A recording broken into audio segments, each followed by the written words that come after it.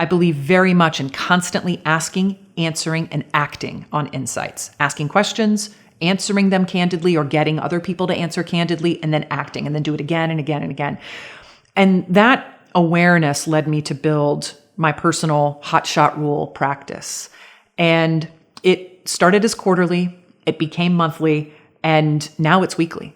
Every Sunday, I practice the hotshot rule. It is a version of checking in where I'm not asking someone else to tell me what's going on with them or to even give me feedback on me. I am envisioning someone I admire in my role tomorrow. I'm gone, they're there. I ask myself, what is one thing that they would do differently and immediately?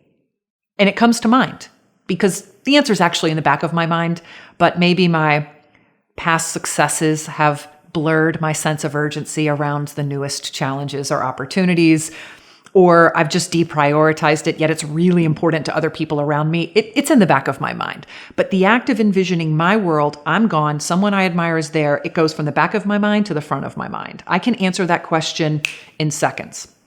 What is one thing that you would do differently if you were in my role tomorrow? I answer the question, I act on it within 24 hours. I either complete it or I get it started. But that's not the last step. The last step is I tell my team or those involved. So I ask the question, what's one thing that person I admire would do differently? I answer it, I act on it, I tell my team. I do this every single Sunday. I would do it more often, but there's just not enough time to make improvement between those. And over the years, I've built this practice into my teams to varying degrees.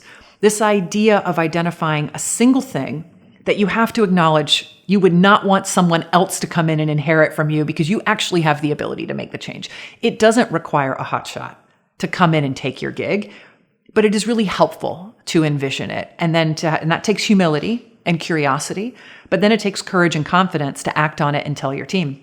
And every time I tell the people that are involved, I practice the hotshot rule. I ask myself, what's one thing you would do differently if you were in my role? This was the answer. I took action on it. Every single time I tell the people involved, they say some version of what took you so long, or it's about time, because the people who are closest to the action know what the right thing to do is long before the leader takes action, because they're seeing it more clearly.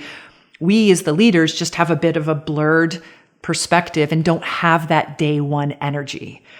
And the interesting thing is, if you ask me in my third year at Cinnabon as president, or my second year as president and COO of the parent company Focus Brands, how are things going? I would tell you it's the best it's ever been.